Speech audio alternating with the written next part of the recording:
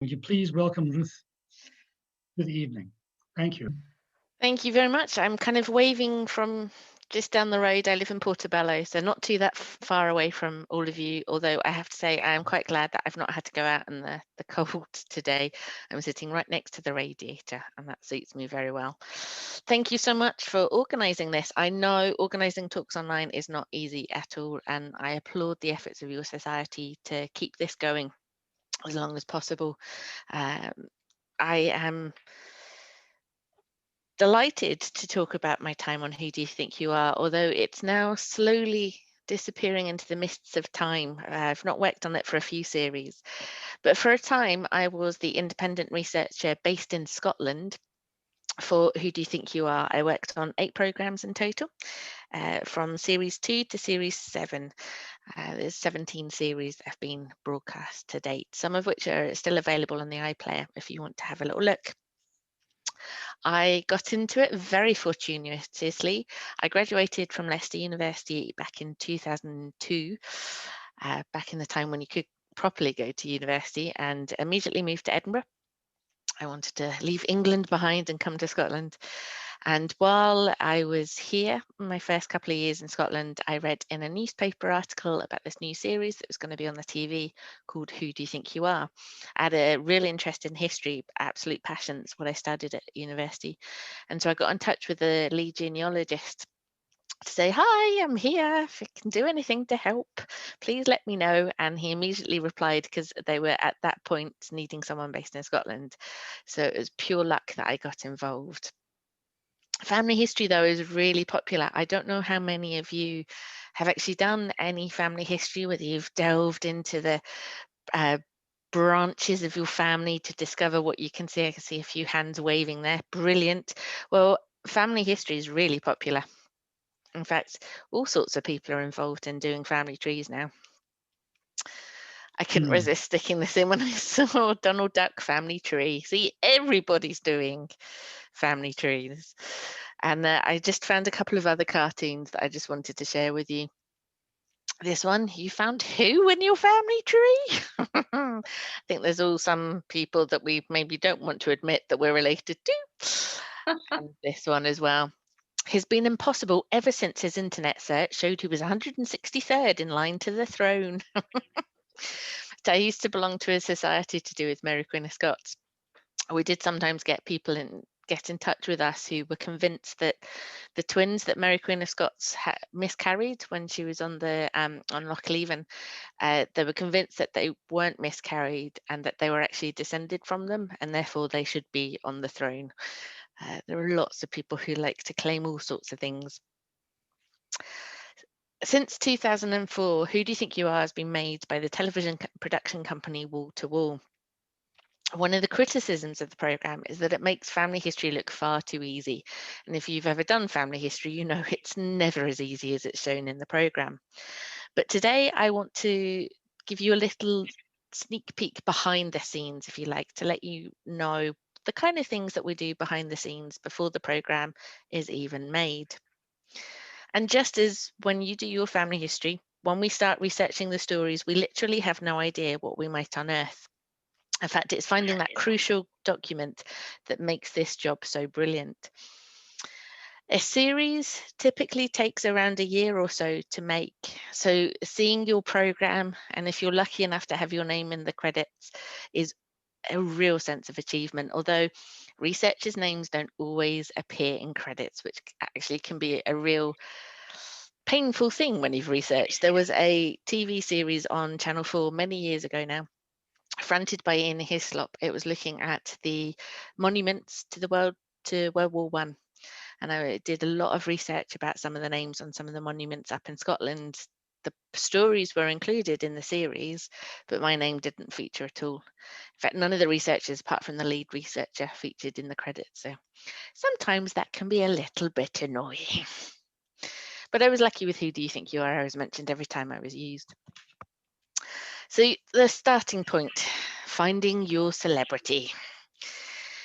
By and large, Wall to Wall approach agents of celebrities to ask if they would be interested. but everyone has to be passed by the BBC, i.e. it has to be a name that a BBC audience would know. We're not necessarily talking kind of Channel 5 type celebrity. It has to be a kind of BBC professional, proper celebrity. So it's a case of working with the BBC to check the names that we want to approach, and then approaching the agents to see if the celebrity is interested. Sometimes that means reassuring the celebrity. It could be quite a scary thing to get involved in. It's also about making sure that they have the time to film, so checking their diary, making sure that they're going to be around at a time that we want them to be, and also talking to them. What do they already know? What family members do they have that we could maybe go and have a chat to as well? And is there anything that they want to find out? Some people have very clear ideas about what they want to look at. Some people are very firm that they don't want to look at anything on one side of the family. They only want to concentrate on one particular branch. By and large, it's become easier and easier to get celebrities to say yes. The more TV series there are of it, the more people realize what's involved, and the more likely they are to say yes. The more likely they are also to have had friends take part in it, to go, oh, yeah, that was brilliant. It was amazing what I found. You should definitely do it. But some celebrities do say no. It's quite a big thing going on an unknown journey on TV, especially for people who aren't used to being themselves on television. For example, actors are often the ones that say no.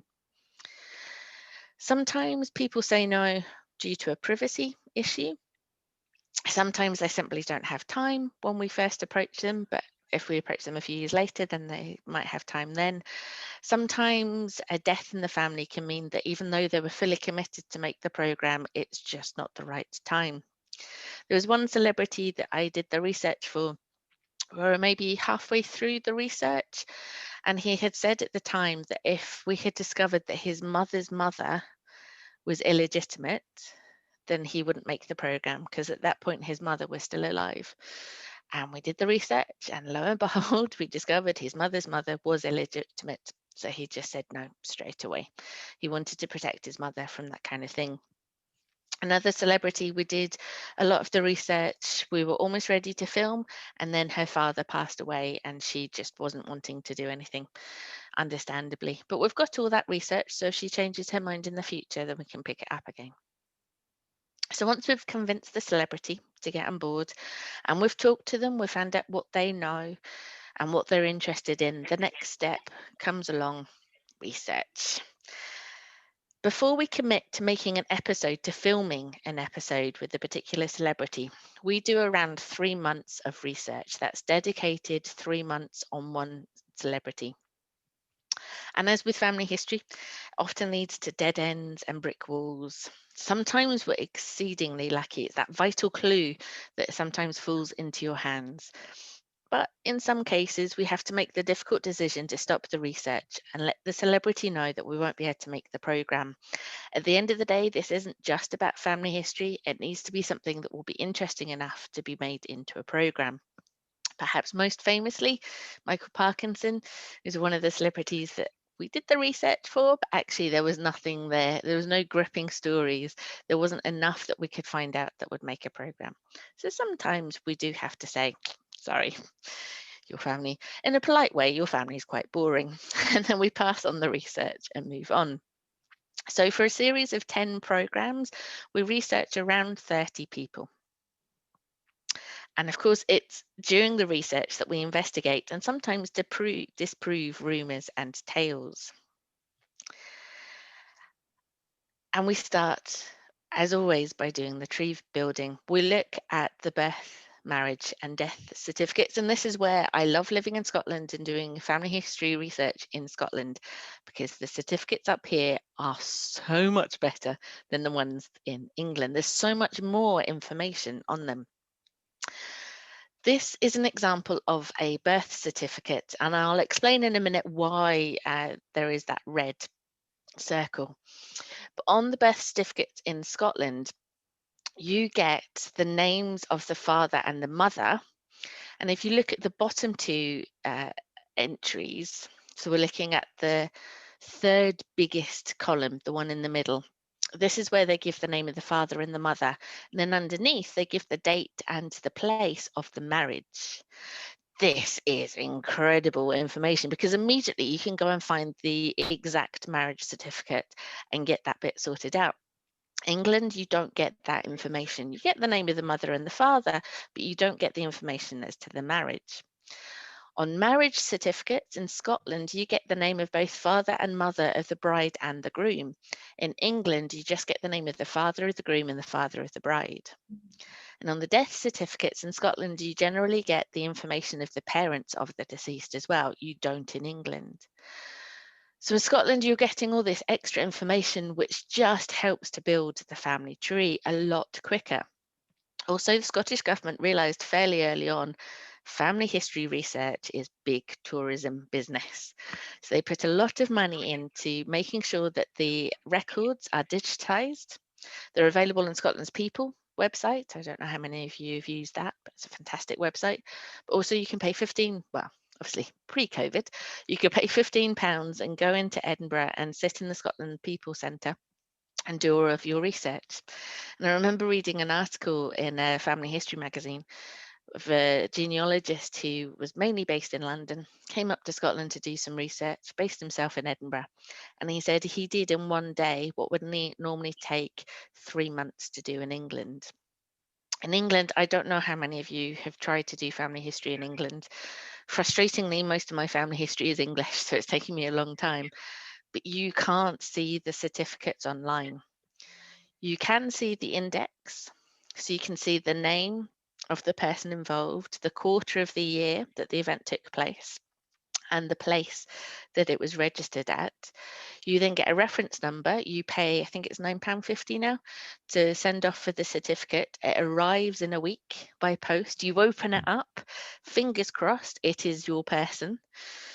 Sometimes it isn't. You have to start over again. And there are some forums on the website, on various websites, of people going, right, I've got all these certificates. They're nothing to do with my family. Does anyone want them? Doing family history in England takes a very long time, can be very expensive and very frustrating. Scottish research, much, much easier because it's digitized. You can see the certificate there and then, and you get this extra bit of information.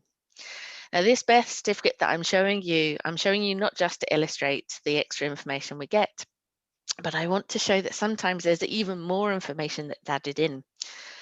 The birth that it was involved in, the celebrity I was researching, is the very first birth. So Mary Lamont, who you can see there if you're able to read it, was illegitimate. So there's no details of her parents' marriage. They weren't married. But what is on there, and that I've circled in red, so it's got the name of her mother, Jessie Isaponi. Then underneath in brackets, it says that Jessie Isaponi is the daughter of an Italian modeler in terracotta work.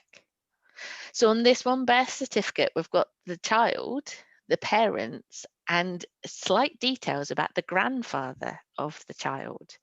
And it was that grandfather that we were most interested in. And it's it was such, I have to confess, when I discovered it, I was in Scotland's People Centre. I may have squealed slightly. I did apologise to the people sitting around me, but it was very exciting because we knew he was a sculptor. I actually, for a time, lived in Dunfermline, and he did a big fountain in Dunfermline that unfortunately was destroyed because he was Italian and Catholic. And at that time, towards the end of the 19th century, there was a bit of a demonstration against the Catholics and against the Italians. But I love the fact that it marks on there that he was working in terracotta. So very, very occasionally, you can get even more information on the certificates than you think you're going to do. Of course, there's also the census. Census are fantastic records which have a wealth of information. One of the projects I'm working on at the moment is looking at the 1911 census, but looking at it in Scotland and how the suffrage movement used it. Unfortunately, the 1911 original household returns in Scotland were destroyed a few years ago. Someone trying to make room decided there was too much paper and thought they would get rid of them. But in England, they still have the household returns. So you get occasional comments like this. So this is 1911 at the height of the fight for the right to vote by women. And it says no vote, no census. house deserted by suffragist who demands the vote and considers that if she is intelligent enough to fill up this schedule, she can surely make an X on a ballot paper. And the 1911 census is amazing for all of these protests. Remember, this was never going to be public, or at least not for 100 years. So these messages they were writing was going to be seen by the officials, and that was it. As I say, sadly in Scotland, we don't have the original household schedules, but we are able to see some ways that people had of rejecting this government big brother trying to control us way. So you go through the birth, death, and marriage certificates, you go through the census, you build up your family tree.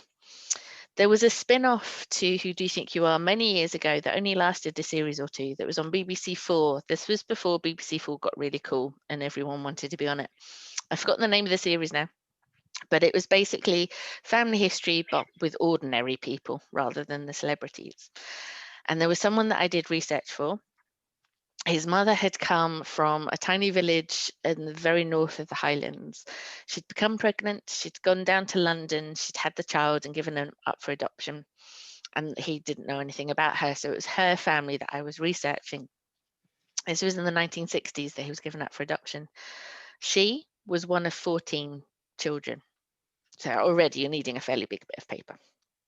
And then I did a bit more research. Her mother was one of 15. Her father was one of 11. Her grandparents on both sides were one of at least 10 each. So that when I went to see this gentleman and was filmed in the program, the bit of paper, we actually had to use his kitchen floor because the paper was so big it wouldn't fit on the table because it was just so many siblings on each generation. And so you build up as much of the family tree as possible. And you look at other things as well. This is a card from the National Archives down in London. Someone called Bertie Howes, who was getting a medal for his fighting during the First World War. My great-grandfather is Bertie Howes. I don't know whether this is the same Bertie Howes or not. And that's sometimes the frustration with records that you have maybe experienced as well. You can find one with the right name, but there's no other information on there, so you can't work out whether it is the right person or not. Once you've got the family tree and you've started to fill in some of the stories, then a big meeting at Wall to Wall, and they have a look at everything that you've done, and they start to see where the potential stories are. So remember, this is still a television series, so they're wanting to look at the different stories and to work out which ones would make most interesting TV program, but also to make sure that within a series they have a balance. So not every program has a First World War story, for example. So they make lots of decisions based on that. And then once they've worked out which stories they want to go for, you go and do a bit more research. You look for example, photographs.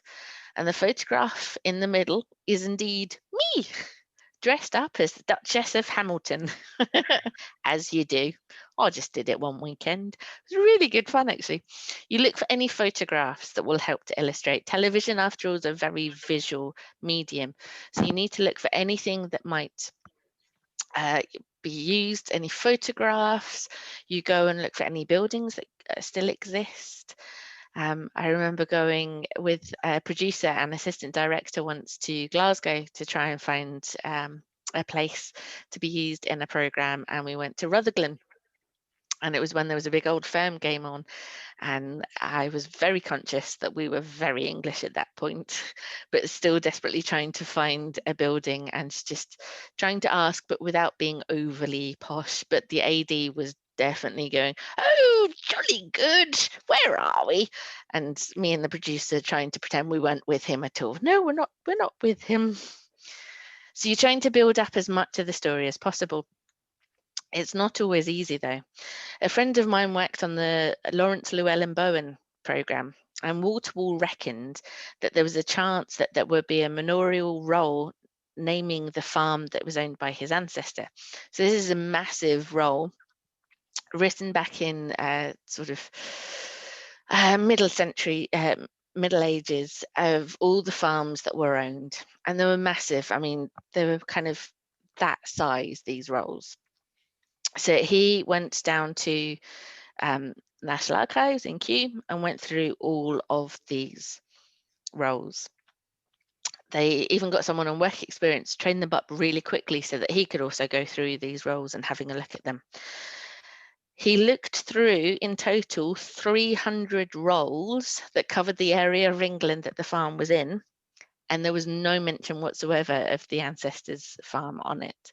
So he spent a whole week doing nothing, 9 till 5 every day for 5 days, doing nothing but looking through these rolls, and there was no mention whatsoever. And that can be really frustrating when you spend so much time, and it's the same for anyone doing research. You spend so much time desperately seeking that one bit of information, and it's just not there. Once we've done all the research and we've worked out what the stories are going to be, we lay the trail for the celebrity. Now, it is important to stress when the celebrity comes on the film to be filmed, they have no idea what we've discovered.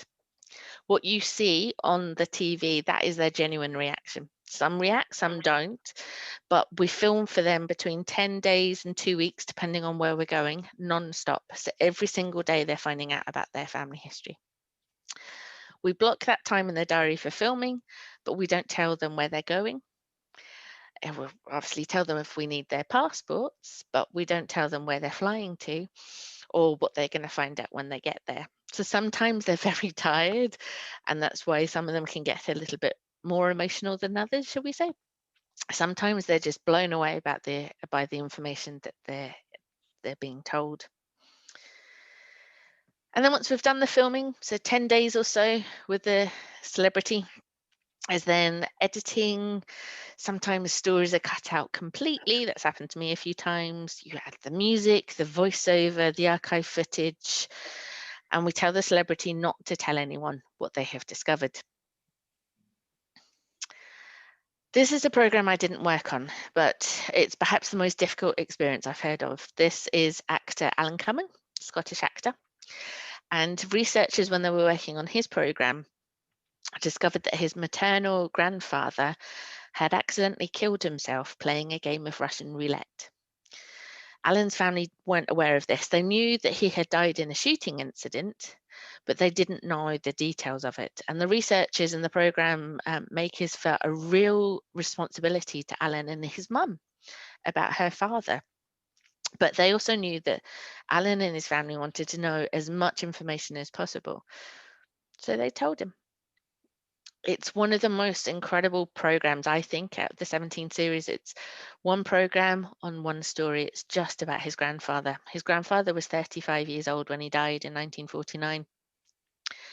He was in the police force in Malaysia. He was from Scotland. He'd been involved in the Second World War, came back after the war finished, but just couldn't settle to civilian life, craved that excitement that he'd had during the Second World War. So went across to Malaysia, joined the police force, was on motorcycles, taking risks, and part of his taking risks was playing Russian roulette. And unfortunately, one day it did not go his way. He's so revered in the town that he was living in. There's a park and a couple of streets named after him. Alan and his family didn't know this. And they were so grateful to the program makers for making sure that that story was actually told. And Alan wrote a book, his name escapes me. It's an autobiography, and it's about problems he was having with his father at the time and sort of family problems. But during that's when he went and filmed Who Do You Think You Are? And it's well worth a read because it's just the impact he discovers. One of the more heartbreaking things was not just finding out how his grandfather died, but his grandfather's personal possessions were shipped across back to the UK. They landed in Liverpool, where the ship docked in. Alan's grandmother, to the widow, was so poor she didn't have the money to ship her husband's belongings from Liverpool back to Dundee. So they sat in Liverpool for over a year. And some of Alan's grandfather's friends heard about this, and they joined together and they did a bit of fundraising to get his belongings sent back up to the family. So all these little stories were coming out. It's a very impactful program. If you've not seen it, it's well worth a watch. And as I say, it's when you start, you never know what you're going to find. We were told by Alan that he knew his grandfather had died from a shooting incident, but never in our wildest dreams did we think that we would find that out. At the end of it all, once we've done all the filming and the editing and put all the program together, even before the program is aired, we give the celebrity absolutely everything that we have unearthed. So this includes the family tree and the research that was never shared with them during the making of the program. And we do know that sometimes celebrities take that and do a bit more work themselves afterwards. Sheila Hancock has been spotted in the archives after her program was aired. And people sometimes, once they've watched the program, write in with information. This has happened with Griff Rhys-Jones, for example. People watching it were able to work out that actually they're related to some of his family who were adopted that had different names. And so we definitely pass that on if we get any more information. And when you do the filming, of course, you have to be very aware of any quirks that celebrities might have, any things that you might have to look out for. Health and safety, of course, plays a part. Jeremy Irons, top left, he was accompanied throughout the entire filming process by his 2 dogs, 2 of the most obedient, gorgeous, lovely dogs the crew had ever seen. But of course, having dogs with you means whenever you travel, you have to find transport and accommodation that will take 2 dogs. You also have to make sure they're well fed, they're looked after, as well as the celebrity. And there was one occasion when one of the dogs managed to jump into the great pool that's outside the National Archives and Kew in between take 1 and 2 of a scene, which no one realised until they were editing it, which caused the continuity a little bit of a problem when they were coming to editing that one. Of course, health and safety concerns. We had to fill in a risk assessment form for the leeches that Natasha Koplinski was so disgusted to find her ancestor would have used when he was a member of the Royal Society of Apothecaries. And we had to provide Alistair McGowan with a stylish pair of Wellington boots as he trampled through an Indian graveyard. After having started to trample through the graveyard, someone local pointed out it was likely to be crawling with venomous snakes. Glad to say when you're doing family research in this country, that's not so much of a problem. I just want to go through briefly some of the programs that I worked in. And the first is sticking with Alistair McGowan. He was convinced that he was Scottish. McGowan, surely that's a Scottish name. He told us that whenever he went to a football match or a rugby match and England were playing Scotland, he was always really divided because he was English, but he felt Scottish, so who should he support? He was so convinced that he was Scottish that was the line that I was going down. There are other researchers who were doing research for the other bits, so the Indian part and the English part, but I was firmly looking for the Scottish link. I spent weeks and weeks and weeks looking for this Scottish link. And if you've seen the program, you'll know at the very end, he discovers he's not Scottish, he's Irish. After weeks of looking through every document I could think of, we found one document that proved that actually the McGowan comes from Ireland, not Scotland at all. And I met him a few, 2 or 3 years after his program was aired. I used to be front of house steward at the Esher Hall, and he was doing an opera there, Gilbert and Sullivan. And I sneakily asked my boss if I could go backstage, say hello. So I was allowed to go backstage, and I said hi to Alistair McGowan and explained that I worked on his Who Do You Think You Are? And he was still really miffed 2-3 years later that he wasn't Scottish. He was still convinced that there must be a little bit of Scottish blood in him, but not that we could find. Monty Don. This was a brilliant program to work on, but this was in series 7, so a few years after I'd started, and it just showed how quickly things had changed in terms of research.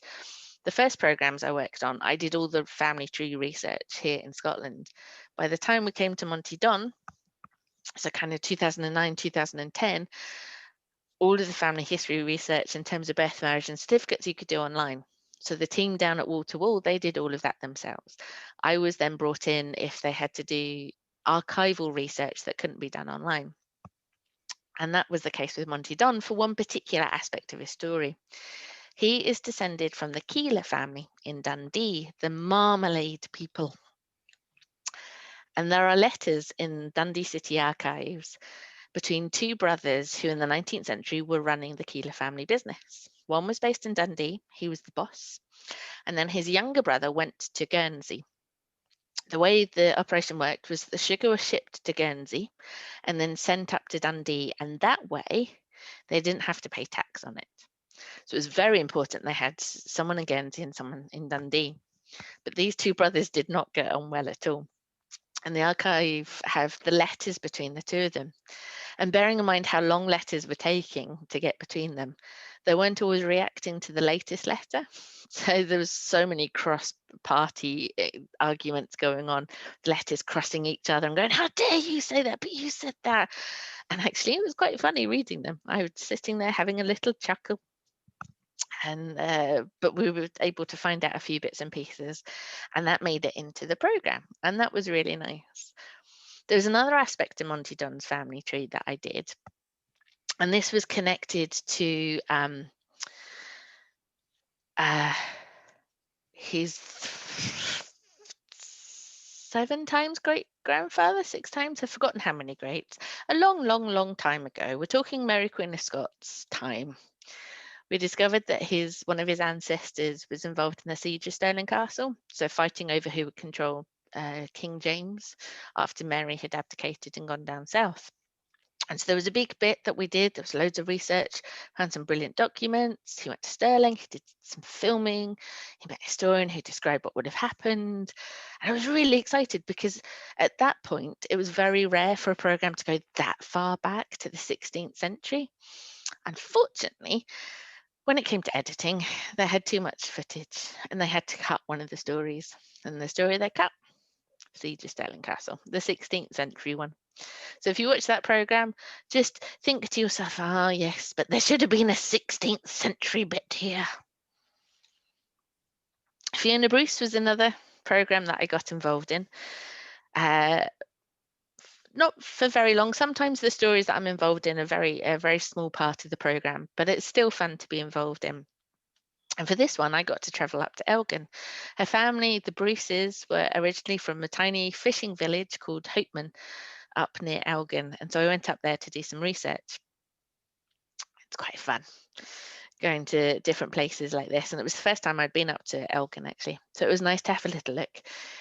And this was where we could find George Bruce, her 3 times great grandfather, and the first kind of Bruce who was living in Hopeman.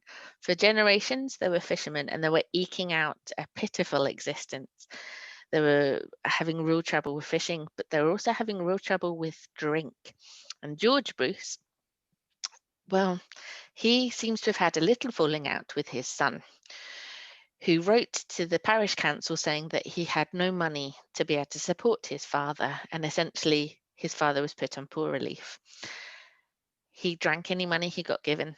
He was described as a drunken creature, and he died of malnutrition in 1876 in the poorhouse.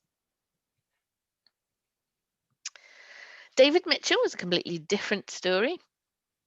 And there were kind of 2 stories. The whole program actually was about his Scottish ancestry, which was fantastic, but there were 2 elements of it. First of all, there were the sheep farmers up in the Highlands. They had a big farm at Tongue around that area that they took over in the 1830s. And one of the things David Mitchell had said to the production team when they first met him and asked what did he want to look out for, he knew about the Highlands, he knew about the sheep farming. He was really worried that his family had been involved in the Highland clearances and that's how they got the land. And we were able to reassure him that actually no, the land had been cleared years before his family came into possession. So he was quite relieved that his family hadn't been involved in evicting people in order to get the land. So it was all of that aspect which we had a look at. And then the other aspect involved Skye. His great-grandfather wrote Gaelic reference books, and his great-great-grandfather was a minister on the Isle of Skye, also wrote Gaelic books, was by many accounts, a wonderful man, helped parishioners during famine, campaigned to help young women who were lured south on false promises of well-paid jobs. So David was thinking, fantastic, I love the sound of this guy. And then we showed him the will that this gentleman had left. And in it, it stated that his wife was not to be given a single penny, being utterly unworthy of trust or confidence, being unfortunately addicted during a period of 18 years to the vice of intemperance. Essentially, he didn't like the fact that she liked to drink and cut her out of the will. Not only that, but said to his children, if you help your mother, you will not get a penny from me, from my estate. So on the one hand, you have a minister helping the poor and his parishioners. On the other hand, totally not liking his wife and cutting her out of the will. Quite an interesting one to work on. Matthew Pinsent. He's such a tall bloke. This is the only celebrity that I actually met in terms of doing the research. Most of the time, researchers don't get to meet the celebrity. It's quite a shame, actually. Maybe they know it's because I would just be going, it's you, to anyone I met. But Matthew Pinsent I did get to meet because I was actually filmed for this program. In some ways, this was one of the easiest programs to research for. If you're doing family history, ideally you want your family to be either very poor or very rich. That way there are records about them. If they're in the middle, they're not really being recorded. Matthew Pinsent had a lot of very rich family in his family tree. So we were able to do lots of research. We got him back as far as Bannockburn, where he had ancestors on both sides of Bannockburn. We were doing all sorts of research, and it was such a brilliant thing. He'd just got back from China, where he'd been doing some filming for Who Do You Think You Are? He hadn't known beforehand what he was going to find, but he was descended from William Jardine, who was involved in the Jardine Matheson opium firm in the 19th century. And so he'd been out to China and done the filming there and discovered all of this. And I met him the day after he got back. I was taken down to London. I was put up overnight in a Premier Inn. Oh, the luxury was amazing. Then I was picked up at 8 o'clock in the morning by a taxi and taken to this restaurant, which opened the doors to allow us to film. It's a beautiful restaurant. And I met Matthew Pinsent. That was quite exciting. He is a very, very, very tall bloke. So I was like, hello, I'll pat him. There was only one cameraman. So we were filmed 5 different ways, saying hello and shaking hands, so they could get it from different angles, so they could decide in the editing which one they wanted to go for. And you start off really enthusiastic, going, hi, lovely to meet you. By the 5th time, you're going, hello, whatever, come on then, sit down. And I was able to show him that he was descended from a William Jardine, who was a naturalist, similar kind of time of Charles Darwin, and also really well known, particularly in Scotland. And then I showed him a family tree. And very excitingly in the program, you get to see my finger pointing out various things on the family tree. That was exciting.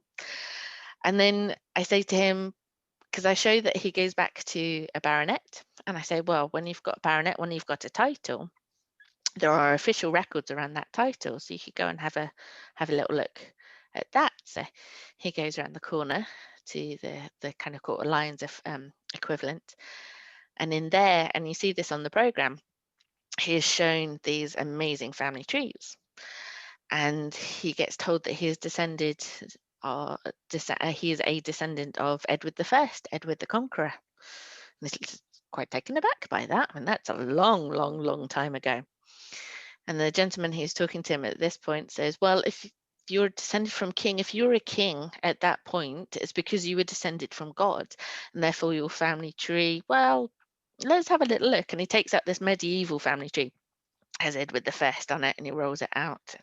You know, William the Conqueror, and going back and back and back. And then you see on the family tree, Adam and Eve, and Matthew's going, and then roll it, and then at the very top, Jesus, and then God. So we were able to show Matthew Pinsent that he is descended from God, and I have shaken that hand. So when we're able to meet in person, you can shake my hand, and then you can say you have shaken the hand who has shaken the hand of someone who's descended from God. And I'll only charge you £1 for that. It's amazing. It was so brilliant to be involved. And it just shows how you never know what you're going to find when you do family history research. It was very exciting to be in the programme as well. And this series 4, was the first time it was on BBC One.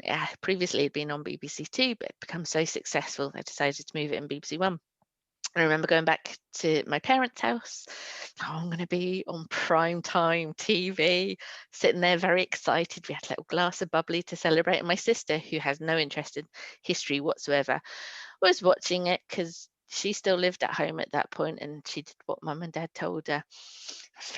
Program comes on, I'm waiting for my bit, and I come on, and the first thing my sister does is she turns around, she looks at me, and she went, "You're wearing the same clothes."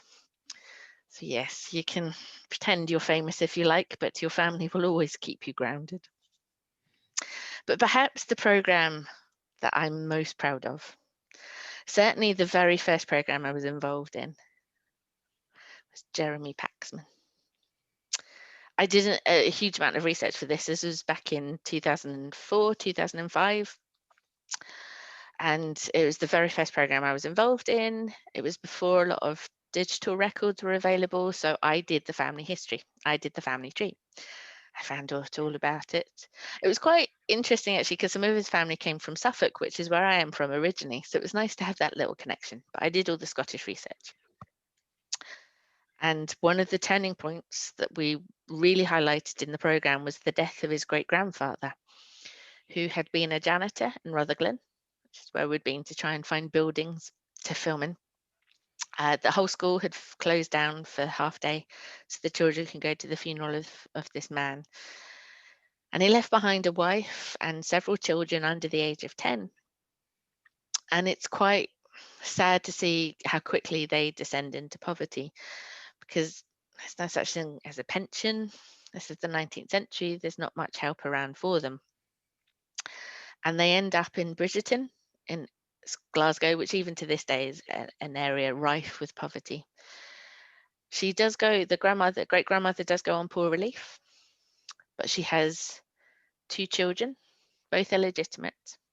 We're not sure who the father is. We suspect it may have been a neighbour, but we don't know that for sure. But she has 2 illegitimate children.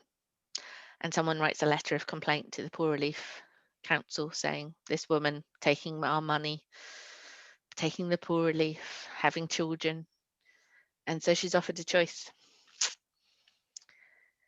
You can go into the workhouse, the poorhouse. And in those days, they separated mothers and children. So there was a very good chance she wouldn't see her children again. Or you survive on your own. And she refused to be separated from her children. And she went it alone. And she was helped by the Salvation Army, which was at that point just starting up. And it's through the Salvation Army that Jeremy Paxman's parents had met. So he loved seeing where this family connection with the Salvation Army started. We'd done a huge amount of research. And then Paxman turned around and went, "Nah, I'm not going to do the filming," because he wasn't that interested. He didn't want to put the family on the TV, but he was persuaded otherwise. And I have to say, you should be very honoured to have me here, because it is my research that made Jeremy Paxman cry. Oh no, I think I'm the only person in the UK who can claim to have made Paxman cry. This was back in 2005, 2006 when the programme went out. It was the most talked about thing of the whole series in all newspapers, talking about the fact that Jeremy Paxman, the interviewer who never lets politicians away with anything, who goes on and on and on at them until they tell the truth, he cried on television. It was an incredible experience. And I still remember I hadn't been involved in the filming. As I say, very rarely am. I was actually in London while they were in Glasgow filming. I was doing some research for something else down in London. And I remember getting a phone call from the assistant director going, "We've had tears." This was the first celebrity. Nowadays, who do you think you are? Most celebrities cry on it. But Paxman was the first. Not only that, But he sent me a letter, handwritten or typed letter signed by Paxman. And he says, "Dear Ruth, I imagine that they will be editing Who Do You Think You Are for weeks. So I thought I should drop you a line now. I just wanted to say a brief thank you for your help. I've never had much interest in my ancestors, but the experience of trying to discover what became of them turned out to be unexpectedly touching. It would not have been so without your help. The census records and the like were one thing, but the school records and the Hardy-esque tale of my maternal great-grandmother were remarkable. Thank you. I have no idea how you embark upon research of that kind. I'm impressed. I've impressed Paxman." Then he says, "I hope our paths cross again sometime." And he must mean that, because on the letter, he's given me his personal home address. So I know that if things continue to get really hard during this pandemic, I can just rock up at Paxman's house, knock on the door and go, "Hi, I'm here." And he'll be totally fine with it. It'll be fab. Who Do You Think You Are is hugely successful, but not just in the UK. It's now shown in countries all around the world. They make their own versions. You can find it in Canada, the Czech Republic, Denmark, Finland, France, Germany, Ireland, Israel, Netherlands, Norway, Poland, Romania, Portugal, Russia, South Africa, Sweden, the USA, and Australia. And what happens, Wall to Wall still own the franchise, if you like, but as a production company, you can buy it from them to make in your own country. And one of the things that you get, or certainly used to get, is a list of researchers that Wall to Wall have used in the past. That used to include me. And so I was involved in an Australian Who Do You Think You Are? Some of you may recognize this lovely lady, some of you won't. Her name is Magda Szubanski. She was, if you've ever seen the film Babe, about the pig, she's the farmer's wife in that. She was in Australian comedy Kath and Kim. She played the friend Sharon. She's been in various different things. She is one of the most amazing people I've ever met because I did get involved in this program. This was the first time Wall to Wall Australia were doing Who Do You Think You Are that was filmed outside of Australia. So I had lots of phone calls. This was before Zoom and all of that. I had lots of phone calls with the Australian production team, doing lots of research. Magda is the one who's descended from the Italian modeler in terracotta clay, whose whose ancestor I showed the birth certificate of earlier. Did lots of research, and then because they'd never really filmed in Scotland before, I then became a bit of a runner as well. And what was really interesting, Magda and I got on very well, and she was staying in the Balmoral. Of course, where would you stay? And she would sometimes take me out for dinner at the Balmoral. Such a hardship. Oh, of course, if you insist, I'll sit and eat this delicious food with you. But she kept trying to, part of the reason she wanted dinner with me is because she kept trying to guess what might happen next. So she would be processing what she'd found out during that day. And then she would say things like, "Oh, I wonder if that means tomorrow I'll find out." And she'll say something. And then she would look at me just to see if I reacted in any way, because she didn't have a clue. Her great-grandfather, Luigi Isaponi, had come across from Italy. He'd been involved in the Royal Academy in Edinburgh when it had first set up. He was rumoured to have made a death mask of William Burke, of Burke and Hare fame. He'd moved to Dunfermline, and that was a brilliant story that we made. Magda's uncle still lived in Kirkcaldy at the time, and she hadn't seen him for years. So part of the programme was her seeing her uncle again. And to do that, we were going to go across the Forth Bridge on the train, one of the most iconic structures in the world, and the production team were really excited about this. So I spent quite a lot of time getting permissions for us to film on the train, film at Waverley Station, film as we were going over the bridge, had it all in place. Everything was set except it was December, and it was one of the foggiest days ever. And even when you were on the bridge, you couldn't see you were on the bridge because it was so foggy. But we went to see her uncle. He lived in a really tiny flat, a one room essentially, but he'd saved up his money so that he could pay for a bagpipe player to be there when she arrived, to give her a proper Scottish welcome. It was amazing to see. So we did lots of filming around her uncle, around her Italian ancestry who lived in Edinburgh. There was also an element that's slightly connected with Musselburgh because one of her ancestors after the First World War had shell shock. He wasn't an officer, so he didn't go to Craiglockett. He went to Edenhall Hospital, and there he was taught how to mend shoes, and he became a carpenter. And that's what, not a carpenter, sorry, a cobbler. And that's what helped him get over his shell shock. So there was lots of filming around that as well. She'd already had quite a traumatic filming in that previous to coming to Scotland, she'd been in Ireland, Irish ancestry, particularly around Easter Rising and the First World War and all of that. And before that, the potato famine. She'd also, as the surname implies, she has Polish ancestry, so she'd already been to Poland as well and done the filming there.